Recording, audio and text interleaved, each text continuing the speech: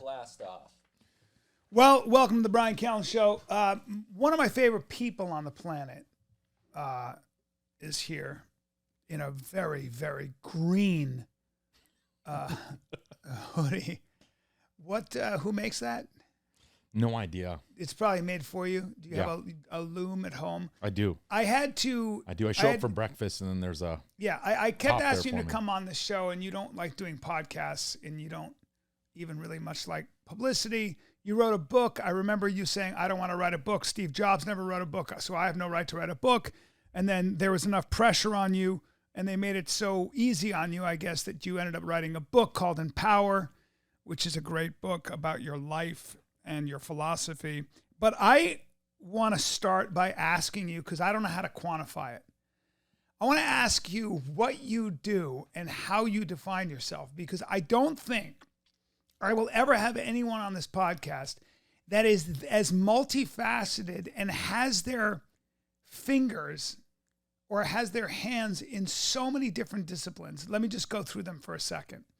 ESPN magazine did a 12-page article on you as being this revolutionary coach. The NFL sends a lot of their problem players or players who are struggling with mental health deficiency or issues, addiction issues, whatever, they send them to you, these franchise players. Somehow they come to your gym at Empower in San Francisco, and they end up, I don't know, working with you and, go on to bigger contracts many times.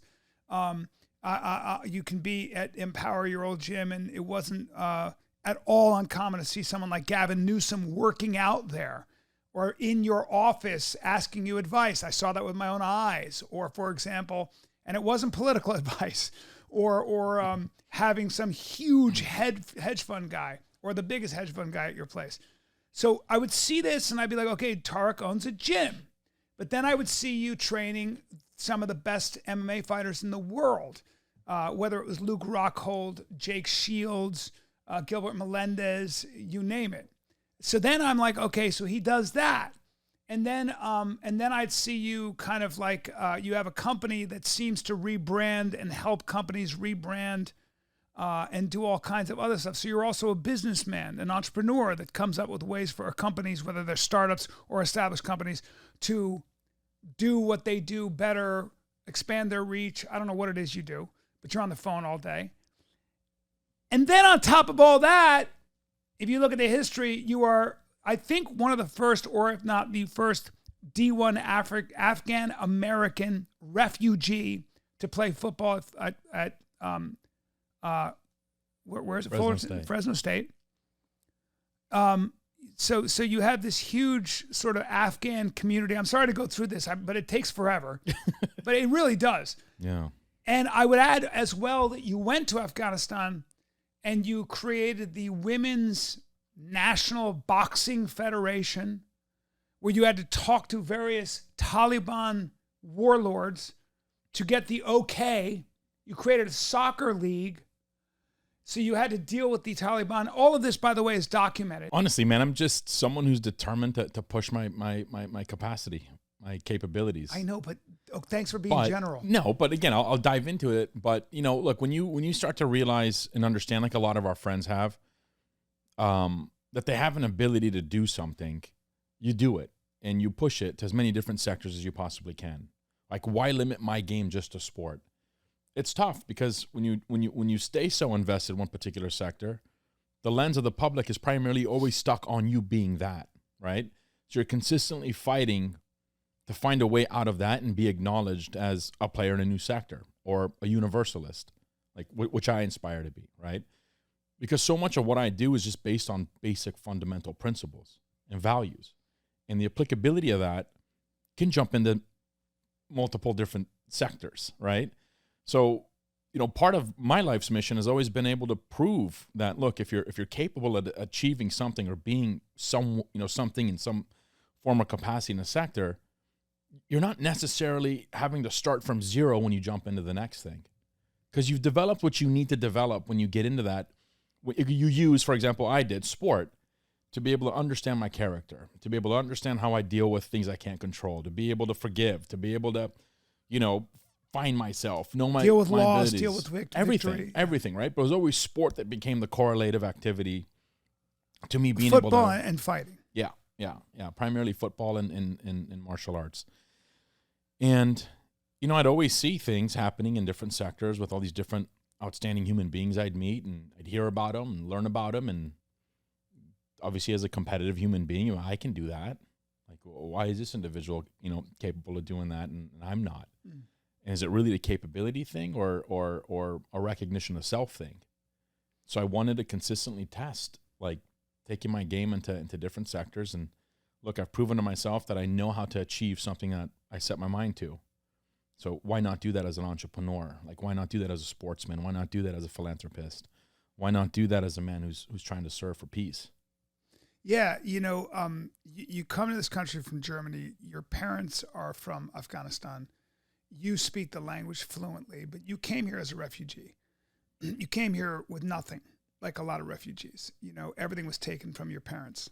Your father dealt with, I think that one of the things about Empower in the book that I really thought was amazing was you put a very human side on what it's like to be a refugee from a country like Afghanistan and the ripple effect that war creates on the generation after it. Mm. Your mother lost everything, When I said to her, what do you miss about Afghanistan? She was 17. They killed her father. And your grandfather, they killed him. They executed him and they had to run away. And your grandfather was a very, very respected, renowned general in the Army. Air Force. You came from, in a way, royalty or landed, aristocracy in Afghanistan. Both paternal and maternal. Both paternal and maternal. Yeah. And then to have all of it taken away and to be thrown on a bus and then wherever it was, you go to Germany, you find yourself in Northern California, you're living in Section 8 housing. Your father is struggling with mental health issues because of the trauma. Your mother, I said to your mother, what do you miss about Afghanistan? She said everything. Mm. The thing that you capture is truly coming from less than nothing, having to be a man so early on as a kid. You tell this insanely moving story about, you picked figs. You were in third grade, I think. Correct. Yeah. Can you tell a story? Yeah. I was, obviously coming up, we saw a lot that you just shouldn't see as a child, right? But for us, it was completely normal, so we didn't know any better. It's interesting. The older I've gotten, the more the stories have come out, the more I share about perspective from life experience. The more you now realize and are told, like, oh, it must have been such a traumatic youth. But when you don't know what trauma is, it isn't. It was normal. Mm. So I've never, nor my siblings or a lot of people from my community have ever really fell victim to that. No, well, you're Afghani. Afghanis aren't exactly victims. Afghanis are fighters. Right, and I think that whole situation subconsciously always became this opportunity to fight for something, right? And at that age, reflecting now, I can speak about it a lot more intelligently than I could have when I was a third grader. Mm. But there was always a circumstance or a situation that was actually an opportunity, right? Like it was kind of been embedded in us since we were very young to look at chaos as an opportunity, right? And an opportunity to do what? To learn more about yourself. You mentioned something about your family lost everything coming to America, and again, being able to reflect on our life story, our family's unit, what we've been able to accomplish as a family. I don't believe we ever lost anything, because I'm also under the mentality that nothing is really ours. And what came, how that came to me was 9 years ago today, when my father took his last breath. When I realized that everything in this world belongs to something much greater than us. Because at the end of the day, we leave the world with nothing, right? But I didn't settle on that. And I was like, man, there's something we take into our graves here. Like, we're not leaving with nothing. Like the physical things, yeah, of course, the car is not mine. It goes back to wherever it goes, right? The house isn't mine. It stays on its land. But the thing I realized that we do take is simply just a feeling, which I've spoken about before, right? Like the only thing we take to our grave at the end is an accumulation of our life's feelings, right? It's like ultimately all your last breath is just kind of like, that's how I feel about myself. What do you want that feeling to be? Content. Being content. I want to be content, you know, and I want to be content. Was that the feeling you saw, or with my dad's? Yeah, I did. He literally passed, as you see. You'll read in the book. It starts with a whole chapter called "Smiling at Death." Like the man literally smirked on his last breath, and I laughed and I said, "Oh my God!" Like my dad's whole purpose in this world was literally that moment for me to see that at 30 years old. And you had that to deal with that. Existence just means die with a smile on your face. Yeah, and because he suffered so badly too. Right? I mean, from the outside, right? We think that. Yeah. Right? We think that he suffered. But in the book, you have a story about collecting figs from a tree. Yeah. Bringing them to your father. Yeah, that was the first exposure I ever had. He kind of had a nervous breakdown. I mean, he did. Which is very common He for did. people He did. I was out on a bike ride with my cousin Sal, and we're coming down full speed on these jumps and hills, and I see this massive fig tree, and my dad loved figs.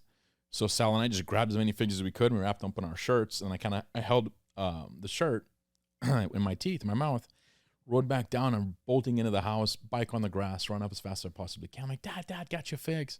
Like, no answer. So I run up to his room and open up his door, and he's sitting Indian style facing a wall. And I'm like, all the figs just kind of drop out of my shirt, and I tap my dad, and I put my hand on his face, and it just gets harder. He just starts clenching really hard. And I'm like in third grade at this point. It freaks me out. I'm like shaking him, I'm trying to talk to him. He's not responding.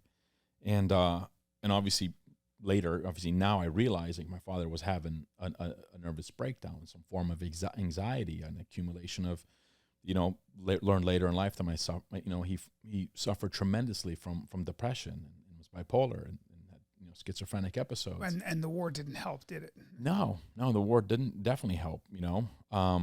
But turning that into an opportunity. I did. I got to learn something at that age and time that. I've been blessed with an opportunity to actually step up and become the man of the house. Because when I went downstairs freaking out, crying, calling families, whoever's numbers, back then you memorized everybody's number, right? Called grandma, called uncles, called whomever, everybody comes bolting over, called 911. And when my father left our home that day, he left in a straitjacket. And, when he left in that straitjacket, I literally remember it like it was yesterday, right? I sat in this thing and I just kind of made a promise to myself that I this could never happen. Like, are we bad kids? Is this why this is happening to him? So of course you try to be the best you could for the parents since then. And the next day, my mom took us to see him, and they took him. And back then, 25 years ago, it was a little different. 20-something years ago, right? There's like these insane asylums and these mental homes and mental hospitals that. I don't think they exist like they used to, but we went to that to see my father, me, Dina, and Yosef, and my mother. And it was really cute to see him act the way he was with like really, really mentally ill people and how they were acting. He was taking care of them? He was. And in a way of making us not be freaked out by them. They treat him normal. Don't be scared of him. I said, why? They'd come up and they're like picking at his head and his hair. And like petting him and like walking by, and me and Yosef and Dina are just a mess, just shaking, terrified. But my father's like, do not react and make them feel like they're not normal. But at the same time, you could see how embarrassed he was that we were seeing him, dude, in a space like this. So it was that third grade, man, that where I think I just developed this obsession with I have to be a part and want to be a part and learn about every single thing in the world I possibly can to be a solution.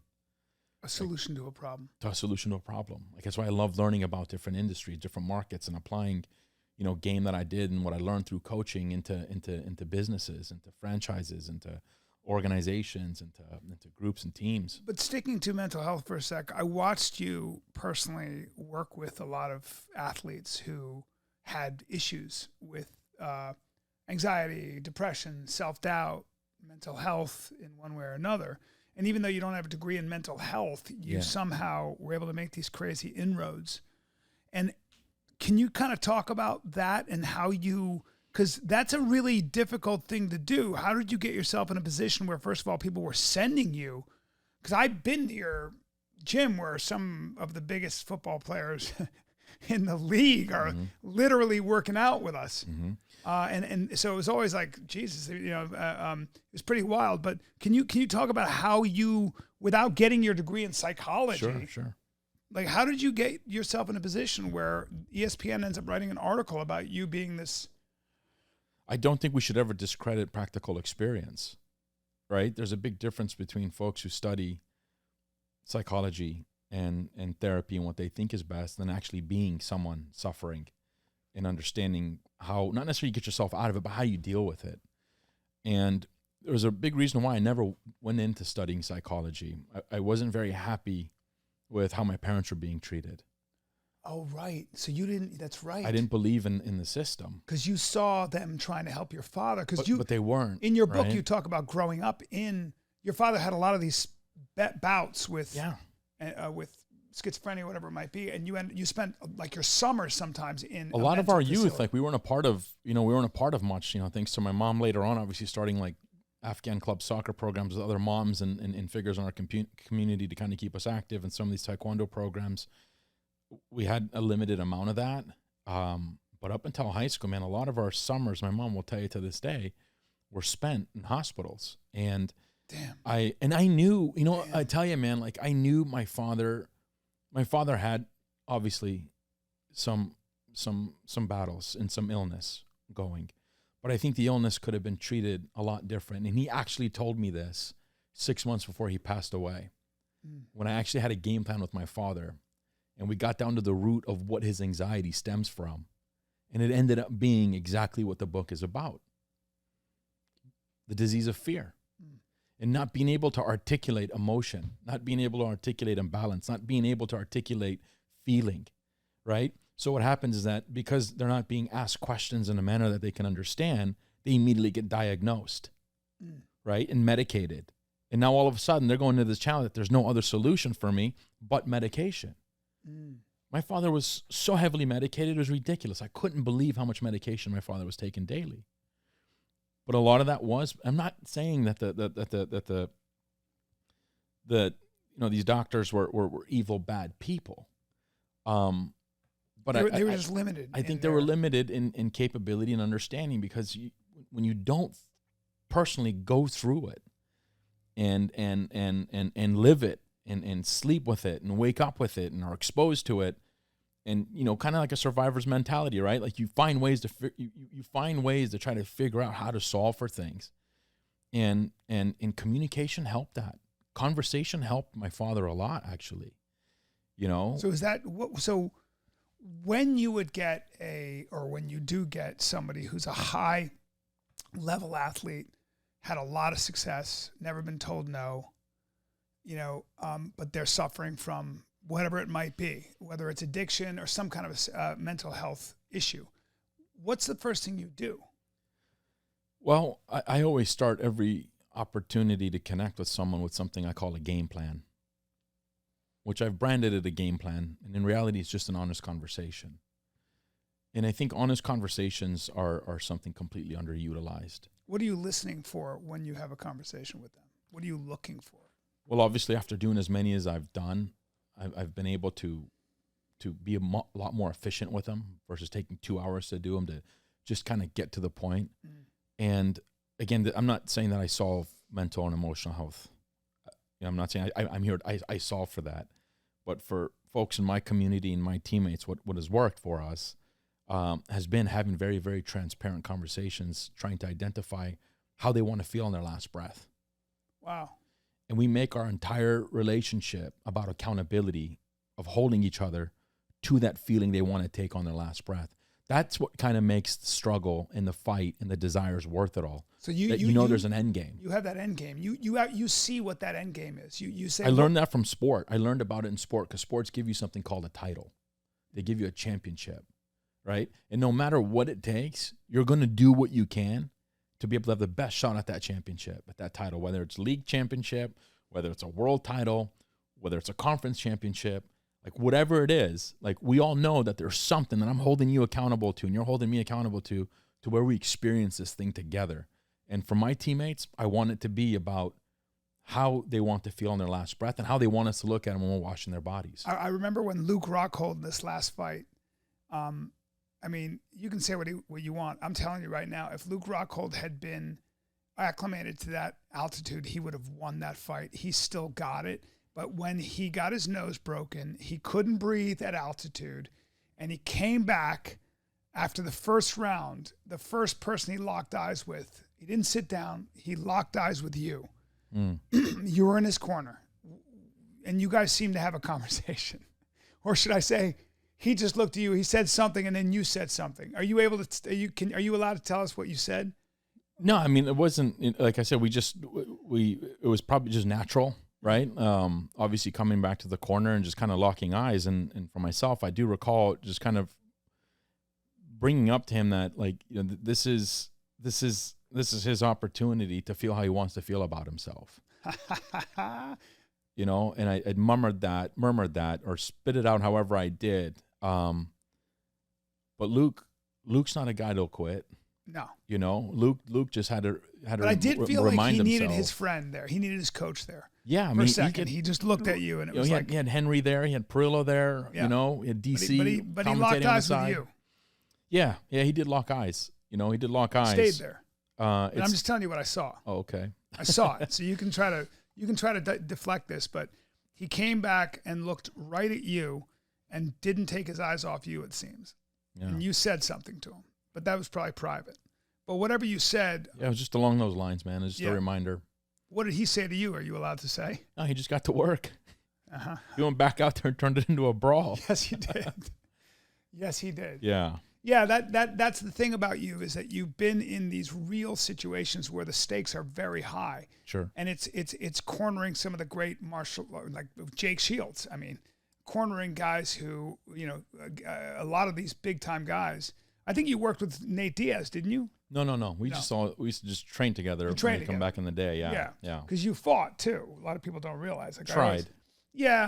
I always laugh though. I always tell people, you know, Tareq's, you know, I was there when you got your black belt from Jake Shields in jiu-jitsu, and you know, you've taught me boxing, which I loved, you know, but I mean, a lot of people don't realize that you seem to always play it down, but you're very, very familiar with the language of combat. Yeah, I mean, and violence. It's you're pretty fluent in that language. Yeah. And if somebody's gonna fight you, they better pack a lunch, I would say. Sure. Yeah, and that part of your life you've kind of let go. I've just found different ways to use it. It kind of embarrasses you, I feel like. I don't know why. I just found different ways to use it. You have cauliflower ears. Okay? Yeah, I do. And a barrel chest. I do. Okay? I do. So calm down. I do. You know what I'm saying? Calm it down. You're a thick kid. Very thick. Yeah.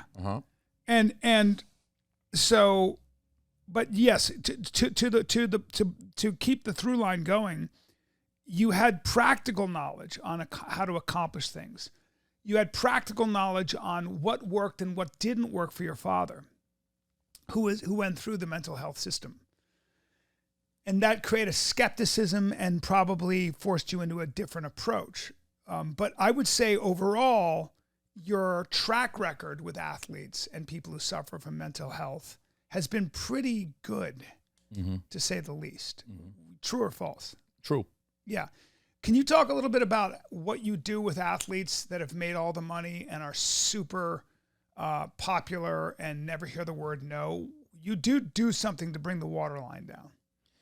Well, I do quite a bit to bring the waterline down. But what do you do? One is have very transparent conversations with them on their value. Yeah. Right. And I think a majority of them have always had and dependent on the public being where their value is and not valuing self.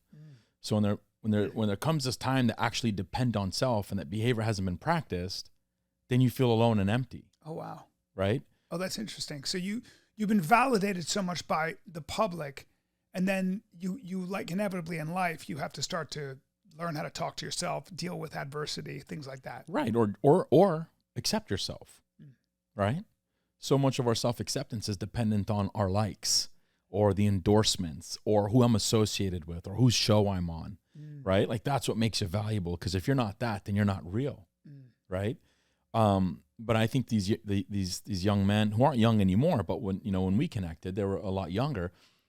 We all connected at a time where it was really important to actually start to adopt that mentality, to understand that like your freedom actually depends on how you feel about yourself.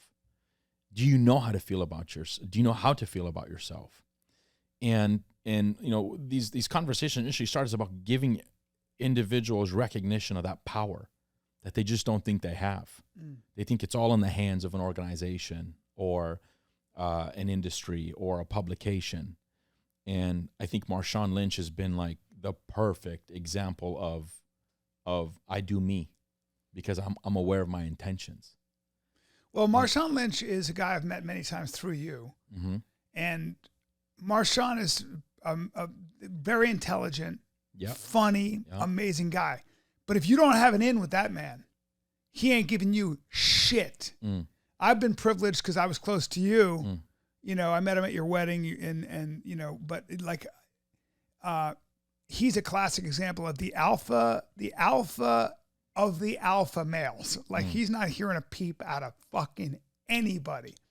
But you got through to somebody like that. There was there's a difference between getting through to people or understanding each other. Oh wow, okay. Right? Yeah.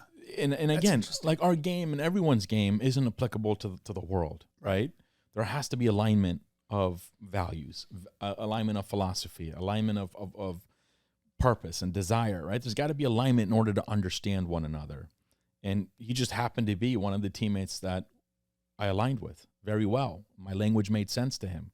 His language made sense to me, right? His fights made sense to me. My fights made sense to him. It was a team. Yeah. And, so what that did was it, at least with Marshawn, with Jake, with Bruce Gradkowski, with Tom Cable, like these four guys and the opportunities they gave to kind of believe in my perspective is what set the tone and the standard for the types of people that ended up coming into my life needing my service or wanting to associate as teammates and me coaching. Yeah, your success came from word of mouth. It was funny is that you had all these, high profile people, whether they're in the business world, tech world, politics, athletics, and you had this gym called Empower where you had to look for the sign. You did zero advertising. Yeah. But what would happen, it seems like you worked with one person and then they told all their friends and then they told all their friends. And yeah. Well, that's your how marketing was literally all like you basically didn't do any marketing. It just... Because my marketing was dependent on wanting to protect and create a sustainable community. And I knew if I were to market, I could leverage every name you could think of and had a line out the door of a ton of people that weren't aligned and probably wouldn't be around in a year and a half from now, or even a year from now, or even 5 months from now, because of the work it takes to be a part of that stable. I stayed very patient with it, trusting the intention of my philosophy and the concept and the community I was trying to build. And knock on wood, it worked, right? Yeah. And it's still working. Yeah. In different areas of life now, in different paths and professions. But can you go back to how you lower the waterline? So you have a very transparent conversation, and then what else do you do with them? Well, outside of that, like you have that conversation. And that conversation, leads to kind of dissecting deficiencies that are preventing them from peace. Those deficiencies are always battles like an inability or a thought of the inability to forgive, right? Forgiveness is always a really heavy thing that sits on that heart, right? Not sharing love. Because you're living in blame or you're living in resentment. We could be. Yeah. We could be, right? It's funny because we always think it's everything else and everyone else's fault. And why I think I have a pretty strong case about having this perspective is because I could be the ultimate victim in the world with my life story and all of it, right? Like you alluded to, right? They lost everything. Afghan refugee, losing sick everything. parents and, broken back and this and that, I literally qualify on resume, as a victim, as like a world-class, world champion piece of shit if I wanted to be. I could, and it'd be justifiable, right? Like, look what he's been through. Yeah. Right? Yeah.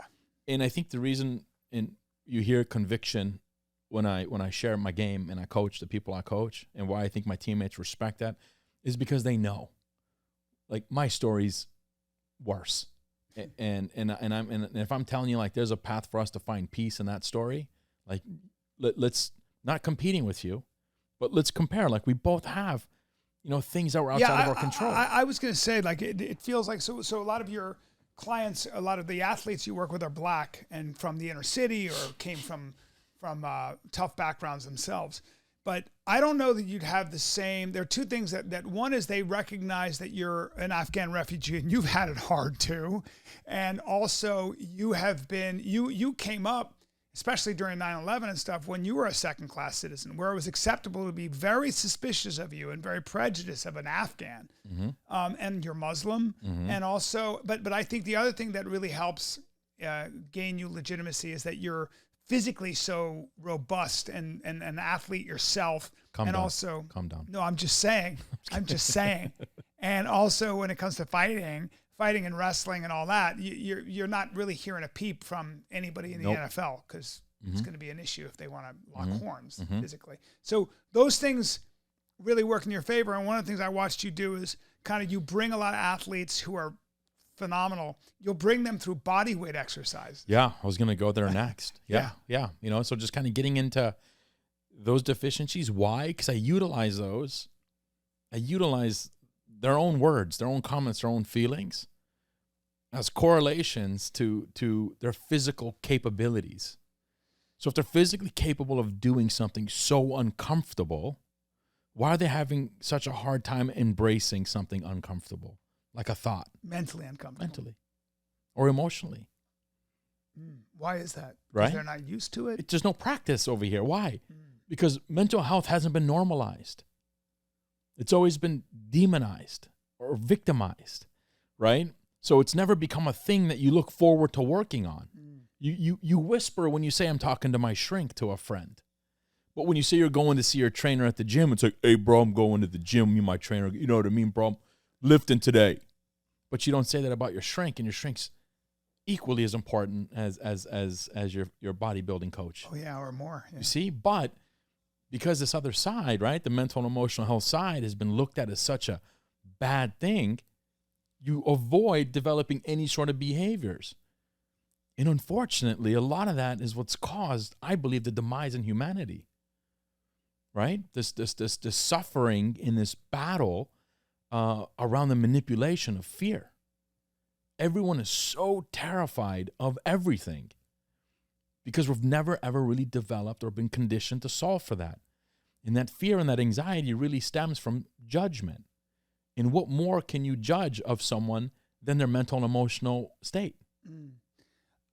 Well, yes. And I think traditionally the way out of that trap was faith. Faith. Yeah. Faith. And faith got demonized. Yeah, it did. And it still is demonized. It still is. In other words, like, don't worry about God, worry about the psychology in your SSRIs. But you know what? Some people have also teed that up and set that up for folks to demonize religion. Yes. Some of the wrong representatives of any sort of faith get looked at as a terrorist, a pedophile, a this, a that, right? And then that gets tagged on what faith is. And then that's what gets the marketing, right? And that's what gets all the beautiful narratives around it of like, this is what we're going to leverage to demolish X, Y, and Z because a couple of these bad apples that represent in that light. But isn't there an arrogance too as technology starts growing exponentially? It's like I can tech my way out of any kind of notion that there's a God because that's an old fairy tale. Yeah, because we'll think about the behavior. Think about the mental behavior of society today, right? Like that's the behavior. It's not about let's go solve for things. Let's go figure things out. Let's really go dive deep into X, Y, and Z. Let's do what's the most convenient. And the solution of fixing that is going to be this. Yeah, I think this tech play or this Uber Eats thing and drive through. I mean, it's all obviously that's behavior. Well, I also think it's really significant that as social media and tech takes over our lives, our mental health gets worse. Kids, especially adolescent girls, I mean, anxiety levels and depression levels are off the charts. It's not as though we're a happier creature now that we have Chat GPT and all the other AI out there. It's not solving our quest for meaning and understanding. I don't think. Right. Right. Right. So you're as busy as ever, I'd imagine. I try to be. No, I mean, in terms of finding new That's people what I'm saying. who need help. Yeah. You try to be, but at some form in capacity, again, people are still scared to admit needing help. Yeah. Because of the shame that's associated with it. Yeah. Right? And there really is no shame, but it gets the threat of being shamed for needing something, right? Is also what's been preventing being able to consistently. I have it. I would be embarrassed to say I'm going to a shrink, or, that was always framed as weakness as I grew up. Right. I mean, if you had to see a therapist, you were a weakling. Yeah, but think about, right, the folks that judge you about being weak. They have their own problems. Well, they're the ones that are weak, right? So it's better to judge people and keep people at our own capacity and our own ability than allow folks to prevail. Yeah. And I think hyper macho guys are guys who occupy the male Spartan substrata. You notice a lot of those guys have, just because you have lots of muscles and you're really good at fighting or football doesn't mean you're not as delicate and fragile mentally as, anybody. Well, you have to do things like that to make up for the other side. Oh yeah. That's interesting. It's a very fighters. You see that a lot with fighters. Yeah, you see that with a lot. I mean, you see it with a lot of people who high functioning people. Yeah. Yes. Yeah, they have to make up for things.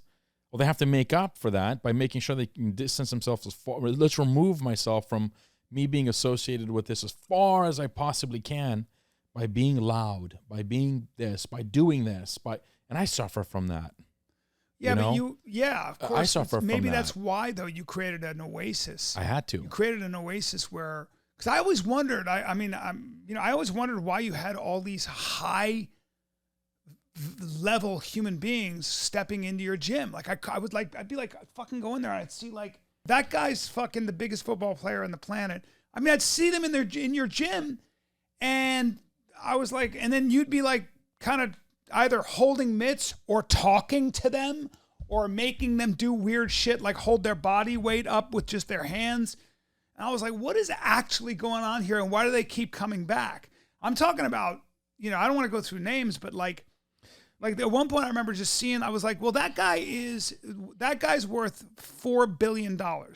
Like the people you had in there were the biggest people in it was just so weird to me, because I couldn't understand what the fuck you were doing. But that doesn't matter, right? I know it doesn't. Yeah. I think what happened was, though, what you did. Well, no amount of hype, public clout, money gave these individuals what that space gave people. That's what I mean. And guess what that space gave people? Like when I was doing what I was doing on the physical Safety. side of exposing, it was safe to be vulnerable. Yeah, that's right. Everybody was honest. Yeah, it was a place that exposed the power of vulnerability, right? And not many places really show positive outcomes with vulnerability, right? Like this place showed you that, look, companies are striving, athletes are succeeding. All of our teammates, not everyone had to be a billionaire to be there. It was only a couple of them, but like, just a little more than a couple, but keep going. Right. But everybody there was fighting for some sort of internal world title, and everybody knew that. Like, everybody knew that someone was fighting, whether it'd been an addiction, whether it'd been a confidence issue, whether it'd been an acceptance issue, whether it'd been a forgiveness battle, whether it'd been an abusive childhood and past, whether it'd been PTSD. Like everybody knew that every single teammate at Empower was fighting something. Well, speaking from my experience, I met you and you came to my show, and I probably was at the top of my game in every aspect of my life. Yeah. My stand-up was just murderous, and I think I'd sold out Cobb's, and it was this crazy show, and I did really well, and I was on a TV show. I had, I was selling out. There was just a lot going on in my life. I was making a lot of money, and I didn't know you. And you said, but I liked you right away, and you were teaching me boxing. I was boxing a lot, and you were teaching me these principles that I hadn't learned. And I was like, this motherfucker's teaching me stuff that I've never been taught, and it was really interesting. And because I went back to my gym and I did real well using those principles. It wasn't even tricks, it was like principles. And so I was like, what the fuck's going on? I remember you said, take a drive with me. Mm-hmm. And we went to pick up some lamp, which I'm convinced now was a bullshit errand. Because it was just you trying to get me over the bridge to talk. And you fucking said to me, I'll never forget this. You're younger than me. And, and I was like at the top of my game. And you said, what are you looking to do? And I said, what do you mean? He said, well, when I talk to you, you seem to have so much to say, but when you do stand up, you're so funny, but you're not saying the kinds of things you say to me when we're actually having a real conversation. Why are you not meshing the two? And I said, I don't fucking know. I never thought of that. And then you said, well, I'm just going to use one word that I want you to think about when you write your next hour. And you don't know shit about comedy. So I'm like, who the fuck is this guy? And you said, impact. What kind of impact do you want to have? This was a seminal moment for me. Because I got this dude I don't know, and I was like, I'd heard such great things about you from other people who were very successful, but I was like, what the fuck is this? So I'm getting this like talk by a guy who doesn't know me, who didn't have to waste his time on me, but you had been to my show the night before. And I remember it was such a profound conversation that I went back and I literally changed my entire act. So if you see the difference between Never Grow Up and Complicated Apes was my argument against identity politics. And I was arguing and I was talking about the things that I argue for. And I put it into my stand-up. To this day, I think it's the best thing I've ever done. It's the only thing I can watch of myself because I hate everything else I've done. But I always give you credit for this because that would not have happened if we hadn't had that conversation.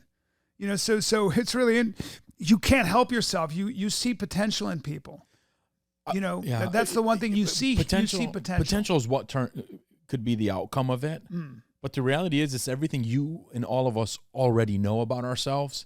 And it's someone just shedding light on, hey, I know it too. Oh, wow. Because the reality is this, now you can't hide from the awareness of it. No, I can't. Now, guess what happens when we're aware? It forces a responsibility on what we're aware of. Well, of course, you and I have these conversations still. Right. Where it's like, don't bullshit me, bro. Yeah. I know it's easy, and I know what you have to do. Yeah. Right? Or I know there's what you're supposed to do, and there's what you can get away with. Right. Motherfucker, man. Mm-hmm. That's a big divide because it's really easy to get away with things, sometimes. Yeah. And that's the responsibility. But when you have friends that hold you to that standard, it's something. Yeah. It's something, man. It is. And that's why I consistently push how important it is to form community. That community doesn't have to be more than 3 or 4 people. Right? But that community is what holds you accountable to this underlining truth. Right? And that truth does come down. And I think that this thing about an impact just becomes a massive contributor to your contentment. Right? To how you want to die with a smile on your face.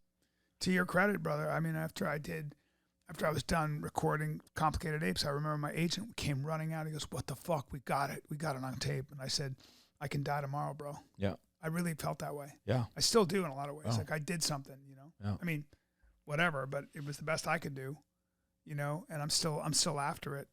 But can you talk a little bit about what you would say to people that are wrestling with doubt and mental health? Like how does one self-medicate? How does one talk to themselves? Look, when we train for a marathon, what do you do every day? You run, right? Like we've got a fight camp coming up. What do we do every day? Fight. Now, how do you expect to believe or have hope in anything for yourself if you don't practice having belief or hope in something every day? You have to practice. You have to practice, right? I again, does that go for faith as well? Well, faith is designed to give you something to practice. Yeah, because it's consistently keeping you in a state of the purification of your heart. Yeah, you talk a lot about gratitude, practicing that. All of it. Yeah. All of it, right? Acceptance, gratitude, forgiveness, right? Understanding why difficult moments happen. Like if you do practice and have some sort of faith or some sort of belief system, you know that these obstacles only happen because you believe it's for something in your benefit. right? Like it just gives you perspective that it doesn't necessarily always mean that the world's against you, right? Think about really bad things only happen to you to get you closer to believing in something. You see? And this is I love that. Something I'd really love to push. Really bad things happen to you only to get you closer to believing in something. I love that. You know? And I think our Creator plays a significant role in being there for you when you get that point. You'll get to that point. What happens from there, let your heart guide you, right? But I do think that a lot of my friends, you know, and there's been times where I'm consistently in this rut myself. Like, it's not that, you know, I figured it all out for myself either. Like, I'm consistently in this state of doubt. But then it's that whole internal battle, right? That fight that goes on. I'm like, no, don't get pinned. Don't get submitted. Kind of move over to the side. Think of it from this angle. Oh, okay, great. Find peace for 2-3 days. Right? You can't expect that peace, once you find it, exists forever. No. Like, peace is something you have to fight and protect. I find there's always a fire to put out. I find there's always something to worry But then the older you get and the more time you spend on it, you don't want it to be out. And this is why some people I know, including myself, kind of create chaos in order to be in a state of trying to find more ways to spar and fight for peace. Yeah, or they create chaos because it's an excuse not to be who they could be too, right? Right. But again, you're doing that because you know there's going to be something that comes with that's going to force you. Yeah. It's going to force you to find a way to get to peace. So let's switch gears because, you know, you wrote this book, Empower, about your experience. You dedicate each chapter to different people that you worked with. NFL coaches, world champion fighters, all that stuff. But your roots in Afghanistan are deep, and you spent time in the conflict. You spent time participating in the conflict in one way or another without going into detail. And you also spent time as a peacekeeper there. So there was I feel like you wore two hats in Afghanistan. You know, but you were one of the few people that were able to really talk to these quote unquote terrorists. There is footage of you talking to some of the highest value targets, some of the highest sort of the people that were on the terrorism sort of on that deck of cards that the U.S. Army had, and you came face to face. You speak fluent Dari and Pashto. And Pashto. So and those are your language that are fluent. And so you talk a little bit about that, why you did that, and you know. Yeah. So look, I went to Afghanistan to resolve a family situation, right? And as you know, given my family's on the paternal side, there was a lot of land at hand that was really just what was left a family name. I had no idea until I was in my early 20s on what my father had as assets, given our circumstance and how we grew up here. And I got really frustrated, obviously, at that time. I'm like, why did we have to grow up so this and that and poor and so full of shame and hiding at grocery stores because I was scared classmates would see me at the store with my parents and food stamps and, you know, all that stuff. Yeah, like, there was all growing up with food stamps, no joke, bro. Yeah, a lot of shame stuff growing up that we always had to hide, even from our closest friends, that no one really knew our situation. But it was pretty obvious, given every single year we'd be moving to a new apartment or a new house. Yeah, you'd Section 8 housing authority. You'd get there, you'd be like, "Yay, we're here," and they'd be like, "Gotta get out of here today, get out of this here." afternoon." Yeah. So it's cool. I was like, okay, great. I guess we're nomads, and we'll keep it as. And it's a behavior that's carried over in the rest of my life. But anyways, back then when we found out about this, we were very pushy on my father to help get us like, come on, like let's get rid of this stuff. You know, forget Afghanistan. Like let's end this. And my father got to a place of like, look, I don't ever want to sell anything in Afghanistan because that's all we have left of Afghanistan is our land, and our family name lives on that land. Your paternal grandfather is buried on that land. My grandmother, paternal, buried on that land. That's all we have. So I saw how emotional my dad was getting about it. And when I saw how emotional he was getting about it, I said, well, do you have control of it? And he said, well, I don't know what the circumstance and situation of it is. And I said, why is that? And it was my father not being confrontational and not wanting to deal with protecting with what was his. And my father had some in-laws who married into the family, primarily to be able to jump all over the inheritance. And my father became the man of the family at 3 years old when his father passed. So my father grew up his entire life having literally zero trust in anyone around him because he had no idea what the intentions of them being so nice to him were about, right? And so I knew my father was struggling his entire life with trust. Imagine how much that can affect your emotional health, right? I knew that my father had never really built much confidence because he had no one to trust to cheer him on, right? So think about what that does with his insecurities. And I can just go on and on and on and take up this whole show with you talking about the list of things that kind of got me to this decision of getting my dad to that country to be able to just reclaim his identity. And when he went to Afghanistan, he left my senior year when I was at Fresno State. And, first my senior year in high school, he went, tried to just get a lay of the land of what's going on. My senior year in high school is when the heartbreak happened. Is that when he found out a lot of his land had been literally sold to multiple different people, but he was on the hook for giving them the land deeds and never seen a cent from any of this. And it ended up being his own siblings. And his siblings were all he took care of the last 30 years prior to that, prior to going back there, right? Like all their housing, getting him to America, taking care of their kids, sacrificing his own relationship with us and my mom to serve these people. And at the end of the day, they're the ones that were sitting here backstabbing, taking what was left of his identity away. So his heartbreak was pretty brutal, and it just destroyed me because I felt that, I made an oath here when I was in third grade that I'll protect this man from any heartbreak ever again. And come senior year of college, I left the day after I walked. Only you would be like, I'm going to go to Afghanistan. And I went there. I went there primarily for him. I went there just to kind of protect my dad. Let them, I'm just thinking it's like America. Go there 3-4 weeks. Let them know what's up. Get my dad's land and come back. Yeah, right. Get to Afghanistan and you realize. This was what year? In 2004. Well, that's when the war, it was heavy. May 26th. It was heavy then. Oh, it was 2004 to 2008 was a brutal period. It was a brutal period. And when I got there, obviously it was very, very emotional because I just dreamt of being in Afghanistan my entire life. Yeah. And I got there and I was really, really emotional. I'm not a very emotional dude. By the way, you got there and the Taliban had been in control for how many years before that? It was just total chaos. Well, yeah, up in 2001 is when Karzai administration had gone in. Yeah. So they were working on the infrastructure, and then in 2004 is when the retaliation and the suicide bombings and all that kind of funny business began, right? Yeah. Like the whole Al-Qaeda, ISIS thing. Yeah. But, getting there, I went there for that situation primarily for family name, for dad. Yeah. And but then you ended up staying. Yeah, well, yeah, it's funny because it was literally that drive between the airport and our home where I realized my purpose in this world. And when I looked at the circumstance and the situation in that country, and there was a lot that went on just from the airport in Dubai to Kabul, behaviors I saw on the airplane to not knowing what a line was, like basic human etiquette, hygiene, a lot of stuff that was frustrating me. I wrote about it quite a bit in the book. But again, I'm 22 years old, it's like you have these expectations at that age. Like nowadays, I'd be a lot more forgiving because I've experienced a little bit more of the world in life.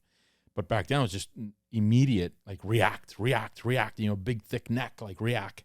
Go fight anything you can if this is how they want to be. And it was unfortunate because those people's behaviors were an outcome of trauma, destruction, frozen 30 years of no governance, 30 years of no education, 30 years of no faith, 30 years of a frozen economy, right? 3 generations of savages. Like, what do you expect, T? And it hit me literally in 10 minutes of being there. Like I acclimated immediately to like, okay, this is normal. You better check yourself because you're now in their home. Like this is not the Afghanistan your parents were talking about when they grew up. No. And that's what was a big, I won't necessarily call it a culture shock, but it was a big shock because of what my expectations were versus what I saw. Yeah, but also so there's a big difference between what the media says and what the truth is on the ground. Is that still the case? 100%. And I've been shut up so many times because every time I would come back from Afghanistan, or I do have a platform like yours here to speak about it, I always get shut immediately in some form or capacity, being told by someone, asked by someone, on literally pretty much don't be spewing that stuff out this direction, because I'm always. Well, what you said, I've heard you say, is that Afghanistan was under this in total chaos for 30 years. The Taliban actually gave some order to that chaos, where for the first time, as medieval as they may have been, women were a lot more protected under the Taliban than they were before that, when there was total banditry and insanity. Remember that comment I made to you was comments told to us, and you saw that on video, from women in Afghanistan. Yeah. On what it was like during the Karzai and post-Karzai regime, the amount of corruption, theft, human trafficking, drug trade, so much that happens. And it's unfortunate. Look, it's not the American public's fault for having the perception and the view that they have of Afghanistan because of what the Western narrative is. And a lot of folks that actually do come there to Afghanistan and serve see eye to eye with me, and they actually feel relieved. A lot of my friends and our friends feel relieved when we speak, because I can't talk to anybody else about what I saw. I just have to go with what the media puts out. I'm always just amazed at how little our administration knows. Like the Biden administration had zero idea that the Taliban had made those kinds of inroads, and how quickly everything would fall to them as soon as the Americans were gone. It was astonishing, but they had been. No, that's what you're being told. It's exposed for you to think that way. Okay. Right? Don't think that something like this wasn't strategized. Oh, wow. And organized for it to happen. Really? Right? I mean, just think about the airport alone, right? Think about the airport alone. I had so many, you were there, because I have no experience in media. So I had to call you and ask you quite a bit. And what do I do? Like, do I take this? Do I not take this? What do you everybody think? wanted to interview you about this shit. And it was really interesting, because I kept myself very, very quiet, because of how consistently I'm engaged with our family and friends in Afghanistan.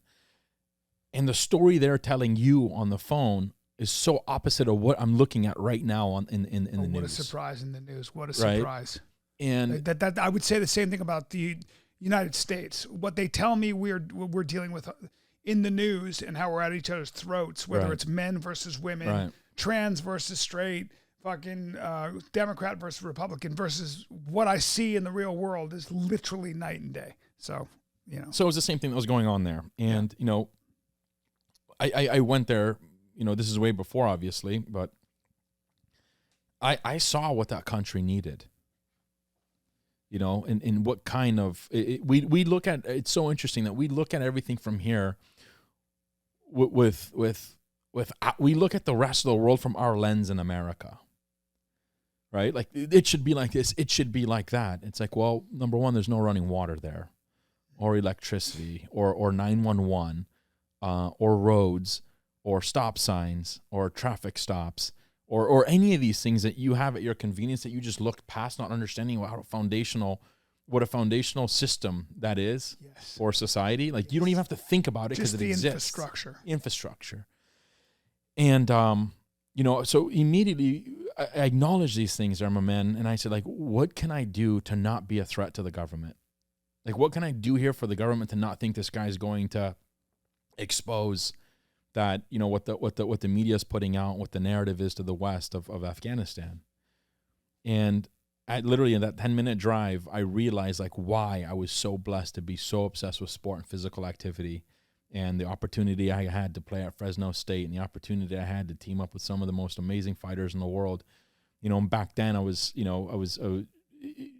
exposed to, obviously, Jake and Gil and David Terrell, if you remember him. And those were the guys I was kind of around quite a bit in the Bay. And when I got to Afghanistan, I realized that my purpose, and it's kind of carried over into Empower, carried over everything. When everybody asks about Empower, it's like Empower didn't exist if it wasn't for what I'm about to tell you, which was, I realized that my purpose, that I kind of made my North Star, was I'm going to utilize sport and physical activity to reconcile peace. Whether it be for a nation, for an individual, a team, an organization, a company, or whatever, the reconciliation of peace through sport and physical activity is my thing. And I made Afghanistan my first case study for it. By being able to prove what you can communicate and how you can communicate through the language of sport. You went to the warlords. Yeah, well, see, we call them warlords here, but over there we call them tribal elders. That's a better way of saying it, right? Right. I mean, there you go. You call them. I call them Taliban warlords, and you're like, that's a tribal elder. We'll call them warlords over here because they have integrity and dignity to protect what they believe is best for their home. Yeah. So okay, you're a warlord then. Yeah. You know. Yeah. But you went there and you could speak their language. You understood the customs. You gave a lot of respect. Well, I think it helped for them to know that at that age I could have lived on a beach in Miami and been at a club. And instead you were there. But I was there.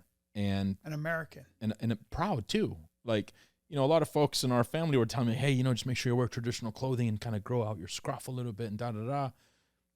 Jeans and a T-shirt. I've seen clean pictures. cut. You know, I would make it. Why'd you do that? I just wanted to make it clear to people that I'm not going to not be me in order to get what I need to get done. Because I know it's meant to be. Like, I believe in destiny. I believe in that every single day of our lives until the day we die is scripted. Like, I believe in this, you know?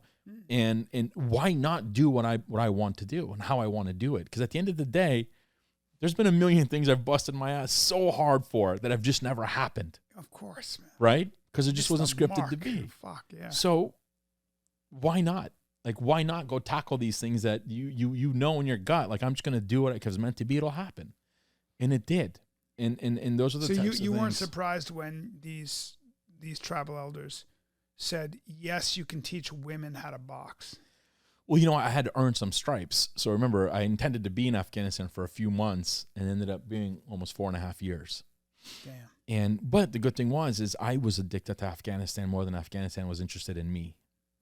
And people never really ask why. And I tell you, man, it was the first time in my life I actually felt what the taste of feeling valuable was like. Oh, wow. Right? And that's what I got addicted to over there, was that people were wholeheartedly treating me up with something of value. Like, you could speak for us. You could speak to us. We can share concepts and ideas. Even if I couldn't implement something, it was really nice to just sit in a room like this and talk about ideas and dreams. And that was the most beautiful thing I experienced in Afghanistan, was that folks don't want anything other than an opportunity to be able to just share a dream with you. If it happens, and you know what's beautiful about them? Is that they say it's in the hands of God. No matter what it happens, it doesn't happen, but at least we spoke about it. Inshallah. Inshallah, right? And that's kind of what I was like, man, I'm around humans. I'm around very, very good people. I was around fantastic people growing up in the States too, right? My crew, my best friends. Yeah, but you go to a war-torn country like that and you realize, holy shit. Innocence, man. It's the beauty of innocence, I tell you, man. And you know, it's easy to judge people who don't know any better. But I tell you, the second they knew there's an alternative to that ideology, they were on it in 2 seconds. Yeah. Right? But immediately we judge everybody being a certain way, and why are they like this? Even here, even kids in the hood.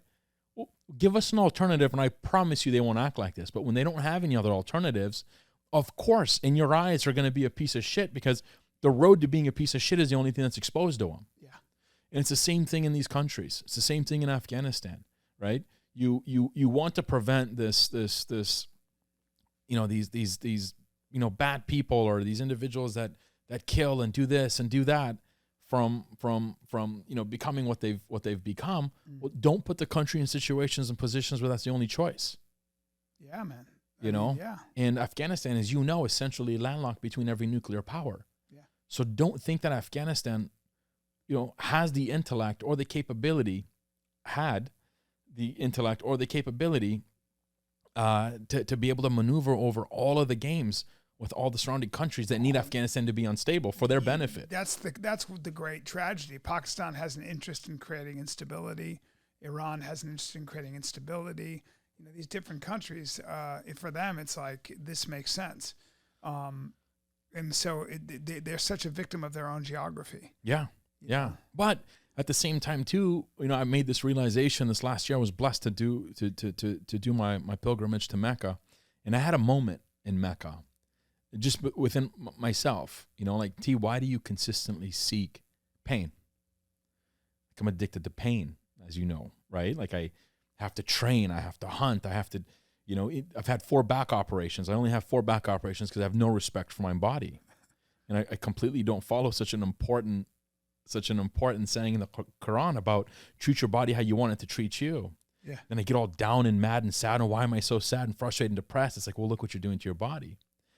But I got to this point where I said, why am I so addicted to pain? And I realized my addiction to pain is no different than the story of Afghanistan. Afghanistan has redefined peace as chaos and war. Mm. And I feel a lot of us are the same, right? For us, it's obviously more internal because the war of wanting to express, we don't have permission, right? Because you just won't be understood, or you're looked at as a crazy, or you're looked at as like, oh God, look at this extreme mindset, or look at this, religious guy, or whatever it may be. So I realized that Afghanistan, finally, it took me 20 years of loving it because I actually had intimacy with the country when I moved there. I learned that Afghanistan's not designed for how you and I define peace or how you define peace. God damn, that's so interesting. And I think that concept of thought should be what's taken into consideration when you're trying to pursue relations with that country. And it takes a very particular type of establishment to know how to tame that ideology in that country. It's like when you're in jail for a long time, they call it being institutionalized. Right. You're used to that trauma now. That's your home. That's your home. And it's the same idea.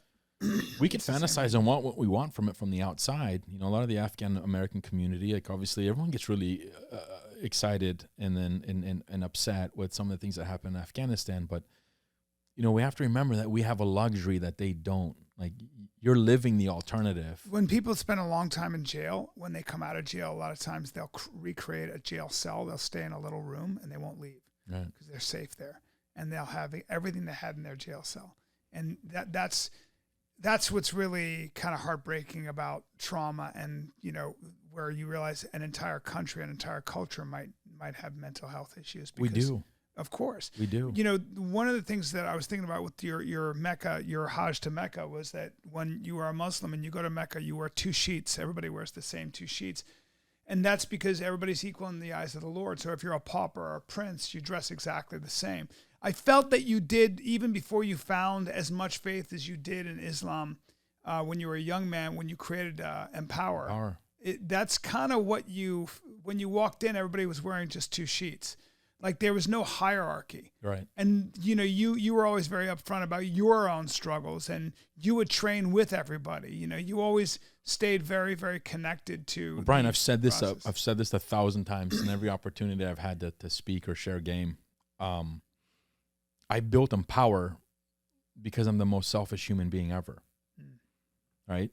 I built Empower because I needed that community. Right. I needed it for me. So interesting. I needed it in order to be able to serve. So I didn't have an issue with being selfish when my intention was being selfless. And that's what was so important to me. I was so passionate about it and protect it, and obviously evolved it into what it is today. Since it's not just that training facility. How you opened that gym in that area, that high rent area of San Francisco, like as this kid who came from nothing. I don't know how the fuck you did that. That was a crazy. Now, can I ask you a question? You had to shut Empower down, or you did shut? Yeah, I did. Down. Yeah. When the whole COVID situation turned out to fund business. Are you bringing it back?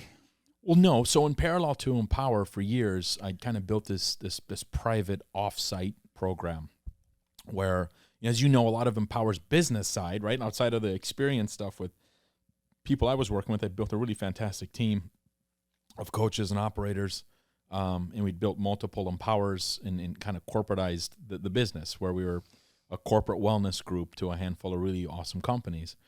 But how we got those companies were a lot of the CEOs and the founders would go to these 3-4 day offsites with me.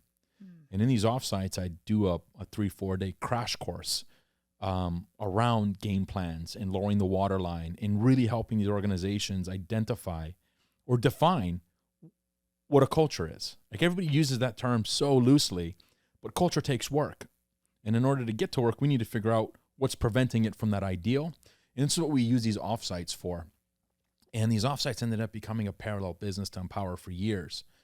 And, I always wanted to grow that business, but given all the locations and the staff and the people and the dependency on our, the community, it was difficult. I had so much on my shoulders to have the freedom to be able to not be there and play a more institutional role with my work. So where do people go if they want to do that? Well, now, fortunately, the book coming out, it helps because it becomes a navigating guide to like what the program is. So I created the Empower Institute, which is strictly all week long, 3-day, 4-day, or 5-day long offsites where they come in and they get certified for game plans or just deep thought or team building. So under the Empower Institute, we have 4 different verticals.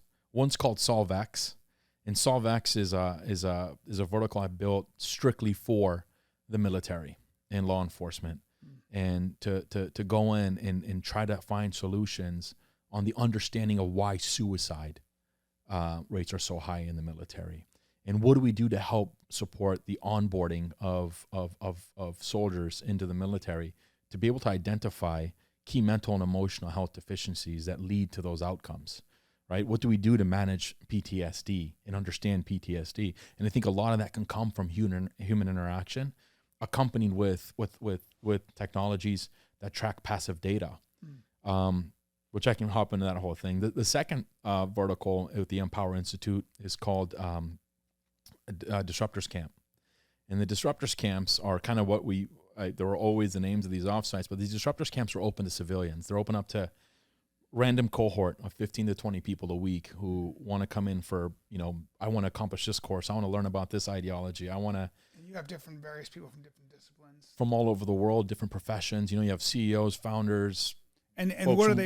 Give me an example of what they would go through.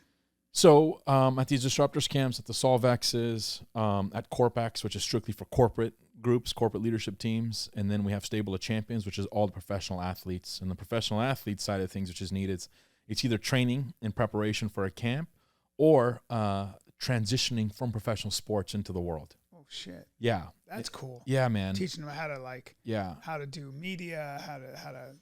Maybe I could help. Prepare to have. Maybe I can come in and teach some courses. Dude, I've been on your ass for years about taking this game into that side, because I think the amount of game you've helped me with personally, which is so awesome that you never really talk about how much you do for people, when it comes to being able to present yourself, and how much you've done for me with that has helped shape a lot of what I'm doing with the Empower Institute.